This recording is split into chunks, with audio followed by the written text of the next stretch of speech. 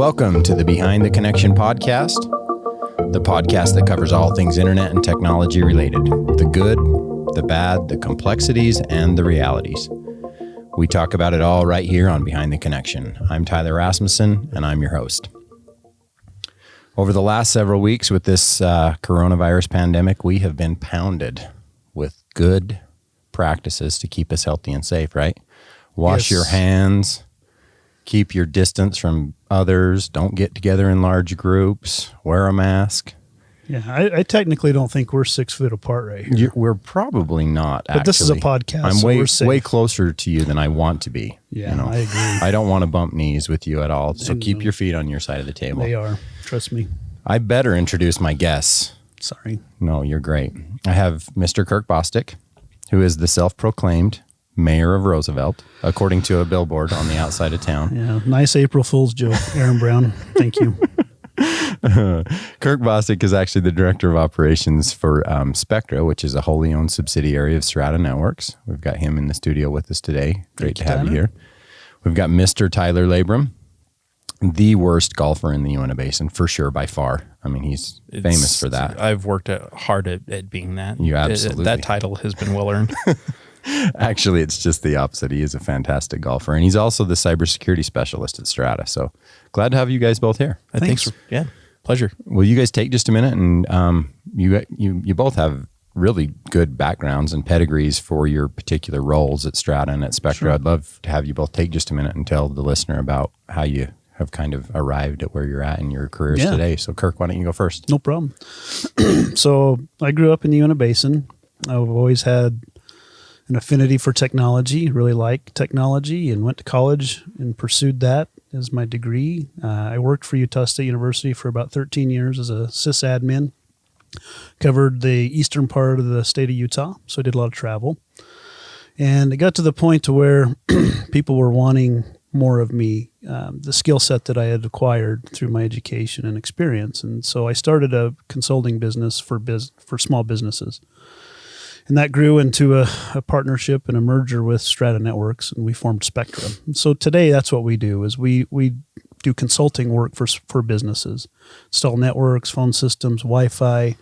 So really, my focus is operations. We try to make sure their networks are up and running, and secure is part of that. 20 years ago, security was kind of an afterthought, and today security is the forefront. So a lot of the design and implementation and maintenance is security focused. Gotcha. So maybe just quickly, I'm sure some in the community and maybe some listeners wonder why the different name, why Spectra? Give us a quick synopsis of why it's a wholly owned subsidiary, but there's a different brand name there for Spectra. Sure. So Spectra, when we onboarded Spectra within Strata Networks, there's some advantages to having a separate legal entity, another LLC. A lot of it is based around liability. So if you're in consulting and something happens, it protects the parent company from any exposure of what could happen in if there were a cyber threat and Spectra was somehow held liable for that, it would be a much smaller attack surface, if you will. Mm-hmm. It also helps us to be more nimble. When we're smaller, we can onboard staff more quickly. We can respond more quickly to issues that we see in the community, in our business community. And the third reason is it allows us to expand our operations outside of the Uinta Basin. Managed services is really a national type of solution. The packages that we put together can be delivered anywhere in the United States. We've worked for companies in other states already, which kind of goes beyond the traditional cooperative boundary of Strata and being a service provider of phones. Mm-hmm. So it does open up some additional revenue opportunities and economic development. I'm able to employ people that live in the Uinta Basin but bring revenue in from other states. Yeah, that's great. It's really cool. Yeah, I think you and I have talked, we'll probably do another podcast, a separate podcast on Spectra specifically and the services that they provide, but maybe just in a nutshell, to the average, consumer that's not really familiar with technology, can you describe briefly what all you do? I know you have a couple of different divisions. Sure. managed services division, which maybe a lot of people don't know exactly what managed services mean, and then your operational technology division. Maybe just in a nutshell, what do those divisions each do? Yeah, so we have an informational technology division, which is our traditional IT offering. So think of it as if you go into your office and you turn on your computer and you have your phone and you have your Wi-Fi and you have your Apple TV or whatever. We go in and we set all that up and maintain it for you as if we were on your staff. But yet you're not paying, all of the labor costs and overheads and everything. You're just getting the very best of what a team can bring you for a fraction of the price. Gotcha. Our operational technology is more of industrial IT. And so these are guys that wear hard hats, steel-toed boots, but they're out working in industry. So it could be a water plant, could be oil and gas systems, and they're really doing IT work, but it's more industrial based. So those are in a nutshell, what those two divisions do. Great. Okay. Thank you. So Tyler, give us a little bit of a glimpse into your background. I know you've got an interesting pedigree leading you to Strata Networks. Gosh, I mean, my wife describes me as having been a professional student for a period of time because I was too afraid to get a big boy job. But undergrad degree from Utah State. Started out at Air Force Academy, medical discharge. Go to Utah State, play a little golf, major in MIS, which is kind of IT, right? And after that, I'm trying to figure out what the heck I'm going to do. This is 2009, great financial recession, financial crisis. And so, where the heck do you get a job, right? The only thing that's hiring is IT. So I actually had a group come down and present as a part of a program from the National Security Agency, which was a cybersecurity program. I had never even thought about cybersecurity before that. But they also added on, hey, you come, you get a free MBA. We're going to pay you, literally, pay you a check, pay for your books, pay for everything. You can go through this program, get an MBA, come out with cybersecurity emphasis. The only catch is that you're going to have to come work for the federal government for a couple of years in order to pay us back. That's something I was familiar with because I'd already done the military thing and knew I was going to have to do that. So it was like, heck yeah, I can continue to do school, get paid to do it. Rock on, let's go do it. And so I was fortunately accepted into that program. And it was a phenomenal program. The curriculum, the exposure that I had, our director there he has his fingerprint on most of the legislation that's been written in the United States as far as cyber is concerned. In fact, we had this kind of soundproof security room where they had written the original cyber legislation for the U.S. After that, I went to work. I worked for the Air Force in their cyber warfare wing and did some work in a security operations center. So when all of these cyber threats are coming from the entire Air Force network, I'm working in there, seeing what's coming in, coordinating response with different entities and working on that. Finally graduated 2011 with a master's degree there and went to work with the Department of Homeland Security in Washington, D.C. and spent 4.5 years with DHS. That was probably the most valuable experience I could have obtained from a cyber standpoint. Working with an organization with the resources they have and the cyber threats that they're faced with gives you really broad exposure to a ton of cyber related scenarios. So I did that 4.5 years. My wife and I decided we want to move back to the basin. So DC, great place to visit, not such a great place to live. We end up deciding we want to move back. I go to my boss and I say, hey, I'm going to buy a jerky business to sell jerky in a small town in Utah. And he looks at me and he kind of stares and he says, so FBI, CIA, what's going on here? like we're still not sure if he really, wasn't. Yeah, that's what I was going to say. Like some kind of cover or something, right? Yeah. This dude's going to go do jerky. So he said, well, all right, let's do this, but we're going to need you because, you're involved with some really important projects that we got going on. Let's have you work remotely. If that's what you're doing, do your jerky thing, work remotely. So I came back, I worked remotely for them for almost a year here out of the basin. Fast internet speeds help massively with that. And so then that came to an end and I'm doing jerky and that's not a full-time job. And weirdly enough, my mother-in-law starts kind of heckling me, saying like, "What the heck are you doing with your life? Like, when are you going to actually like grow up here?" I was saying mother-in-law. I'm still wondering that, Tyler. And so I got ticked off one night, and I said, "All right, I'm going to send in an application to Strata because that's maybe they need somebody who's got some cyber experience." So I sent in an application for like a heavy equipment operator position, or maybe it was a database position or something. Well, I mean, you go on there and I'm looking for a job that applies to me and it doesn't. So I'm like, all right, I got to apply for one of these and maybe they'll see my resume and it'll work out. But so I send in this resume. It's probably 1 a.m. Out of anger. And eventually I hear back from you guys and we come in, we have some interviews, and one thing leads to another. I get tossed through a couple of groups and they realize, all right, he has a skill set that's valuable to us. And, it's been cool. You guys brought me on, put me in a role, gave me some autonomy to work through some of the cyber projects that we had going on at Strata. I feel like we've improved quite a bit through having, focus on that, and an individual who's exclusively focused on that. And it's been great ever since. Yeah, that's awesome. So you've been with the company, what, 3 years? Almost 3 years, yeah. And Kirk, you've been probably more like six years. Okay, so fairly new. I mean, but not new to the industry or the space or your specialty, but fairly new to Strata. Sure. Both of you in very critical roles at this point. So great to have you on the team. So you two obviously can speak pretty intelligently to the risks and threats that are out there for a small business owner, a business owner, or even just a internet technology user.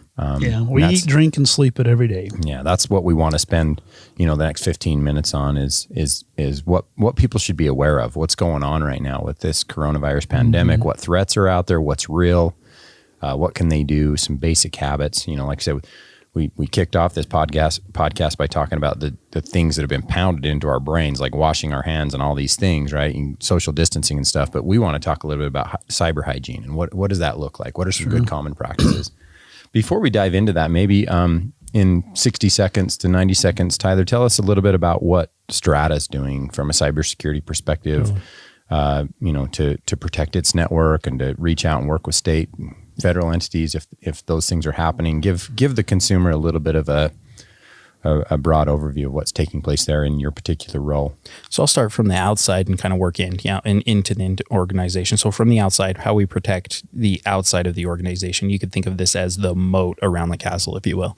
We've got some of the best network engineers around. It's unbelievable. So our network is engineered from the ground up with security in mind, which makes my job way easier. But the security landscape has changed, where once we used to envision hackers trying to hack in through to cross the moat and try to enter the castle. Now they're basically just trying to find somebody who's already in the castle who will let them in. You see that with phishing campaigns, right? Emails that come in or phishing whatever. As in PH, right? PH, phishing. I know a lot of people that are listening and will know what you're talking about, but some won't. So we'll have you break that down a little bit. Yeah. So when I say phishing, that's when you get that email that looks like it's coming from a legitimate source or that it's an important. Actually, I'll give you how I analyze a phishing email. If it comes in and you don't know who sent it to you, all right, be skeptical. If it has an artificial kind of a manufactured sense of urgency, most emails that come in, there's typically not urgent. People don't communicate urgent messages through email. So there's another red flag. You're looking for, broken English and stuff like that, huge red flag. And then if they're wanting you to take action, like click a link or open an attachment, all right, like you've seen all these red flags, you're going to want to be really careful about that. They're going to be, looking at the email address that it comes from. What is the domain? At the end of it, it may have the name of the person or whatever. And then at the end, it might have something weird. Like we get a bunch of them that are like .ru or .jp, from Russia or from Japan or from China. And so immediately you can tell, all right, this isn't legitimate. IRS .org.jp or whatever is not going to be a legitimate IRS email. So we're looking for stuff like that. Okay. So you're part of what you do then is you're testing and training and strengthening the individual Strata employee to be able to better recognize those phishing campaigns, right? And not take that next step of clicking on the wrong link or opening the wrong attachment. If that happens, what's at risk? And as simple as that may sound, I'm glad you bring it up, because that's the most important thing that we've done at Strata. We have worked really hard, and we've had the support of management to train our users really well on this. I can give you numbers. Like we run phishing campaigns internally, and I track the metrics.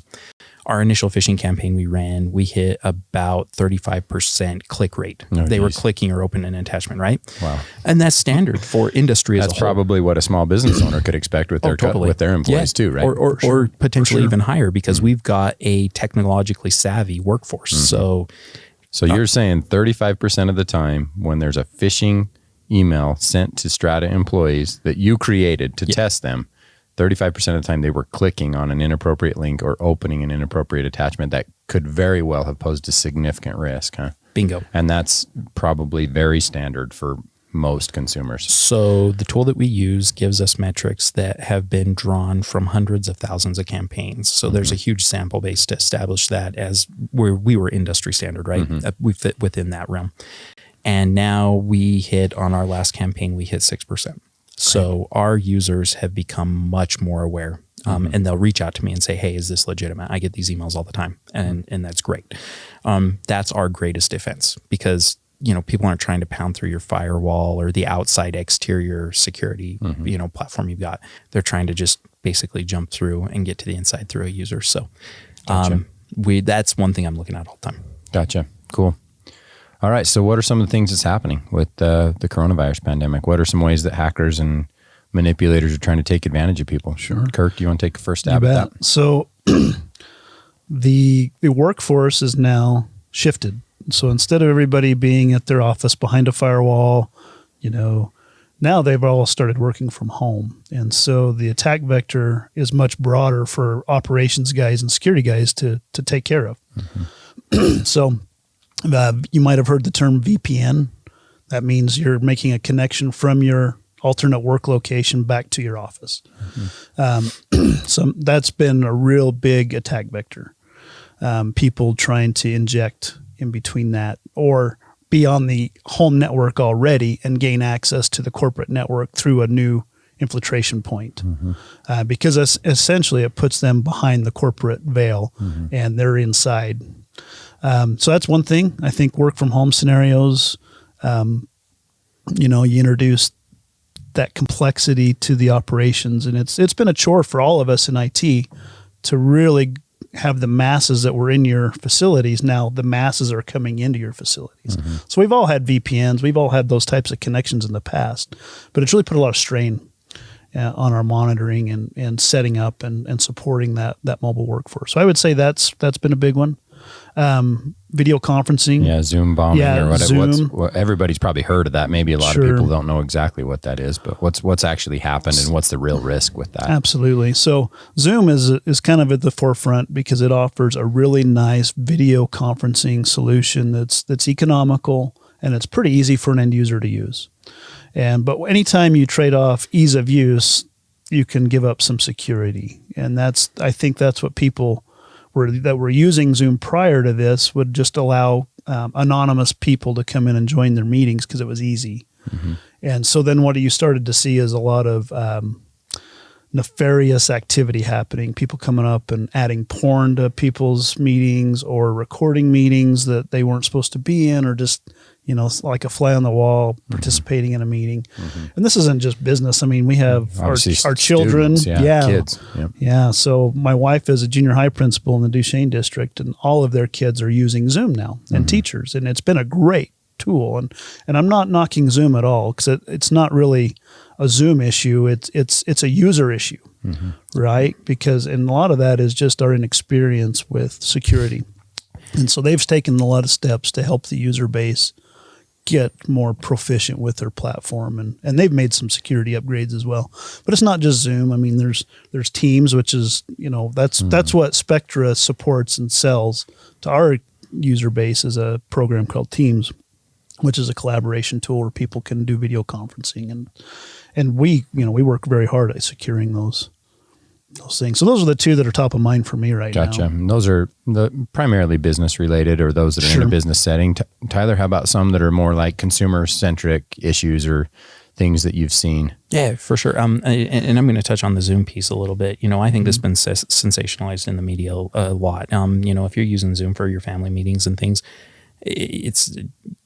it's a safe platform for you to be able to do that. The reason why some of these Zoom bombings have happened is because people are posting links to their Zoom meeting on a publicly. So it's very easy for some punk kid to do a Google search for, the Zoom link. They have a standardized format. You just do a search for that format. You find a bunch of links. You're going to jump on and you're going to cause them some issue. Yeah. We've had congressional meetings that have been Zoom bombed, for example, because they posted it publicly. So, and then you restrict the people who are allowed to come in, and you let them sit in a waiting area, the lobby is how it's termed. And then you accept them in if you know who they are and whatnot. So with that, yeah. Now on the consumer side, what you're seeing, like everybody's wondering, when is my stimulus check going to be coming in? If you're a business owner, you're wondering, all right, what's the status of my PPP? And there has been a huge amount of phishing campaigns. So phishing with a P, people sending you emails, fake me emails, malicious emails saying, your PPP has been approved or your click IRS check has been pending, click here. And, you want to be really cautious of those. With that, you want to identify, is this from the legitimate entity? Is this from the credit, the bank that I actually submitted my application through? Is this from the IRS? And then if it is indeed from the IRS, you still want to go a step further and look at that link and say, okay, where does this link point to? And you can do that by just, if you're on a desktop, just hover over it. And you look at the very bottom of your browser screen. So if you're using like Google Chrome or something, it'll show a bunch of weird, it's the URL that you type in to go somewhere. And if that the web address, right? It's going to show you where it's going to take you if you click on the link. Right? Exactly. Yeah. Before you actually click on it, it'll show you where it's going to go. And if it doesn't match very closely the domain or the web address for the entity that's supposedly sending you the email, right? You're in trouble. Like don't click on it. Don't touch it. Just delete that sucker. And same thing with attachments. You're going to want to just be wary of attachments. And you know what my ultimate suggestion is? If you're even in doubt whatsoever, just reach out directly to the entity. Absolutely. Call your bank directly. Call the IRS or the SBA directly. There have been some hold times there, so hopefully they fix that issue. But you're going to want to reach out to them directly. It's just not worth infecting your computer and putting yourself at risk that way. I would say social media has been a platform that gets leveraged quite often for the residential consumer. You're reading news stories, you're watching memes, you're watching videos, and somebody harvests your account. They get access to your Facebook, and then they can masquerade as if they're you. And I see a lot of that. I hear a lot of that type. How are they hijacking people's accounts? Is it mostly like by getting somebody to click on something in social media that then can take control? Weak passwords are a big thing. You want to make sure you have a strong password. I like to use passphrases. So something that's really easy for you to remember, but would be very difficult for somebody else to guess. Yes, yeah. Yeah, maybe before we get into like our basic steps of good cyber hygiene, let's talk just very briefly. Are some of these occurrences or these situations or circumstances, are they very different than a normal security threat that would happen outside of a virus pandemic? Like, what have you seen in the Uinta Basin as far as supporting businesses?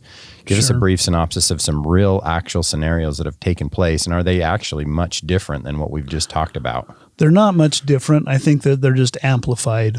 I think everybody's already on edge. They're all looking to their devices now for information. And like I said, the workforce has shifted and people are in their homes more. And they may have already had a virus on a home computer that's there from 1985, per se. And now that's just in the wild, right? So things that I've seen are really not different. They're just bigger. UPS tracking, Amazon tracking, browser hijacks, things of that nature. There's some targeted phishing attempts that happen as well that are called spear phishing, and that's when somebody really comes after you. And I think that's the biggest hurdle that I have with residential customers and even small businesses. Nobody cares about me. I live in the basin. I'm not a huge company. After this podcast, they will care about you. Yeah, because they do care about you, and the reason why is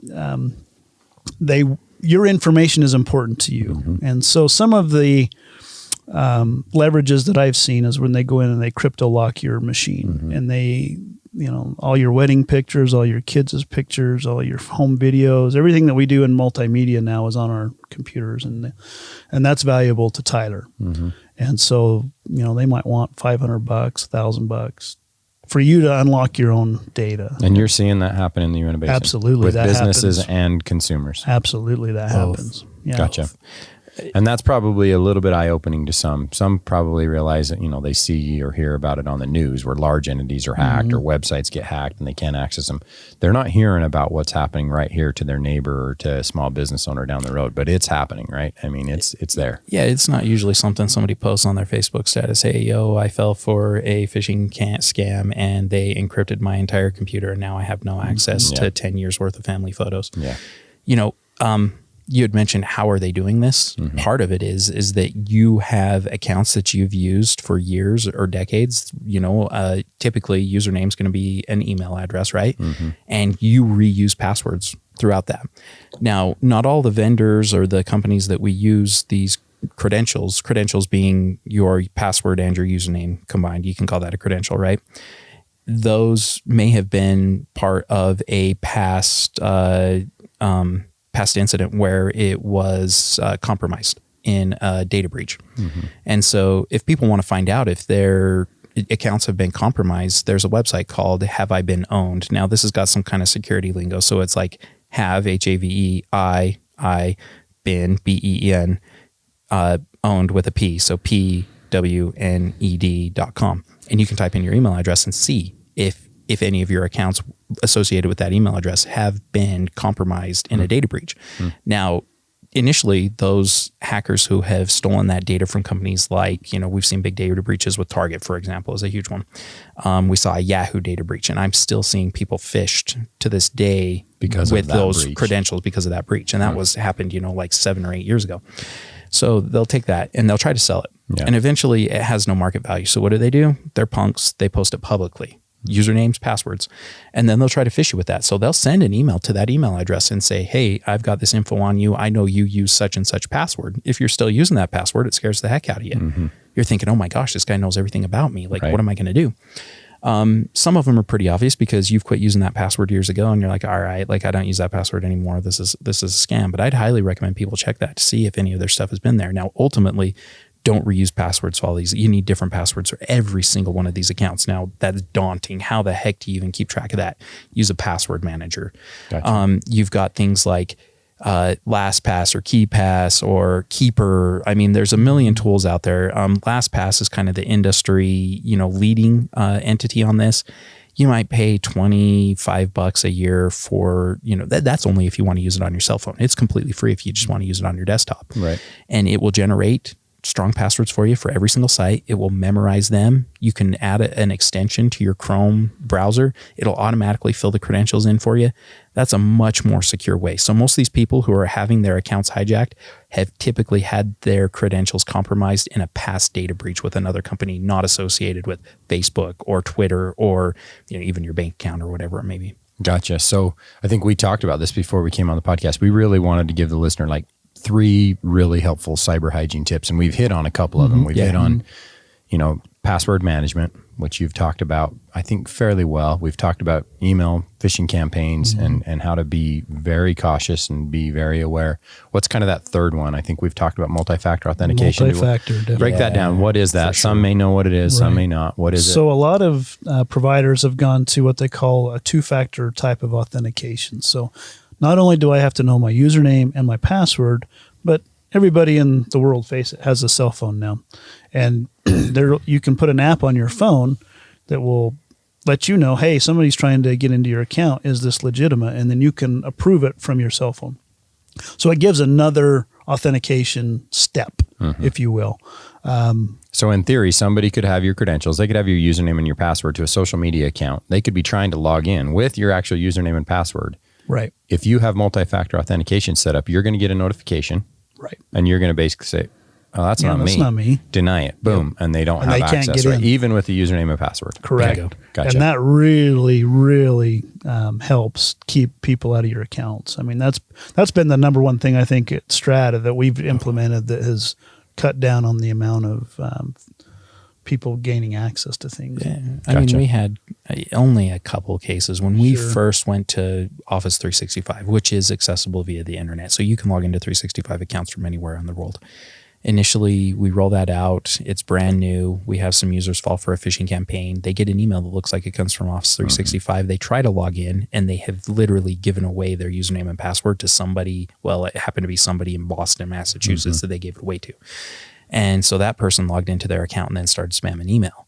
So immediately we implemented multi-factor, and now it's totally eliminated that. We have not had a compromised account since. And Google has the same scenario. They had compromised accounts. They implemented multi-factor, haven't had one since. For users to implement this, it's different for each tool, but all of your major platforms, Facebook, Twitter, Instagram, your banking institutions. Banking institutions for sure will have multi-factor. And you can even implement it simply they'll send you a text message with a little code and you can type it in. Is it an additional step? It sure is. Is it going to take you a little more time to log in? Yeah, but that extra step can be so important in protecting your account. So some might be a little overwhelmed with what you just described. I'm trying to think of my mom, for instance, or my dad. So, you could easily just go Google Facebook multi-factor authentication setup, right? And it's going to give you very basic steps on how very to do basic that. Steps to do it. Yeah, right in the app. It'll show you each step by step how to implement basically that. So any tool or app that you're using, that you're logging into, you basically go Google the name of that application, multi-factor authentication setup, hit search. Absolutely. You should be able to set them up. And we just need to encourage people to do that, right? I mean, it's an education, Tyler. It's just like everything that we're talking about. It's just simple things. If you educate yourself, you can protect yourself against these nefarious activities. For sure. Great. Well, it's been some great cyber hygiene tips. Really appreciate you two and your expertise. Do you guys have any closing thoughts for our listeners? Thanks for having us. Stay safe out there. Yeah. Just remember the new normal's coming, and we anticipate I anticipate as an operations manager that we're going to continue to see, these flexible work scenarios with students and become a lot more common, probably, right? More cloud applications, and so just really take care of that hygiene, that cyber hygiene. If what we're talking about is brand new to you, you should educate yourself. Yeah, and if any of it feels overwhelming, if you're a small business owner or even a customer, I mean, you can obviously get a hold of Kirk at Spectra. If you're a small business owner, he'd be happy to help, give you some initial steps to get started, go a little deeper if you want. He can involve Tyler. They can do an assessment of your cybersecurity risk of your organization. It's something we're happy to do, provide it as a service, and hopefully save you some heartache down the road, right? And some difficulty in business operations. It's a lot easier for me to deal with it before I get the call of, hey, we think something happened. We can't get into our server. Nobody likes those types of situations. And so, yeah. And we'll continue to produce some cybersecurity content. We've done that in the past from Strata's perspective, just to be helpful to our consumers. Tyler's been a great resource there, and we'll plan on doing that in this upcoming year. We'll produce a couple more little tech tip videos and some write-ups. We'll actually provide some resources in the notes of this podcast and in the post of this podcast, where you can go to our page and get further details. So we'll get some information from Tyler to just kind of summarize what we've talked about, put it on a link on our page, and listeners can go check that out to get kind of a summary of what we've discussed. Check the show notes, because I referenced some sites and some tools that you guys can use, and we'll post up the resources so you can go directly to those and see where you stand. Awesome. Well, as always, appreciate the listeners. We want to talk about what you want us to talk about. So if you have suggestions or comments or things that you'd like us to dive a little deeper into, please comment. Please give us some feedback. Give us a review on podcast platforms. You can shoot us an email at podcast@stratanetworks.com. We'd be happy to discuss any questions or concerns in the future on a future podcast topic. So thanks again, gentlemen. Appreciate you being here. Bet. Just can I say, 2 Tylers don't make a right. That's right. T squared, right? Thanks again for listening to the Strata Networks podcast.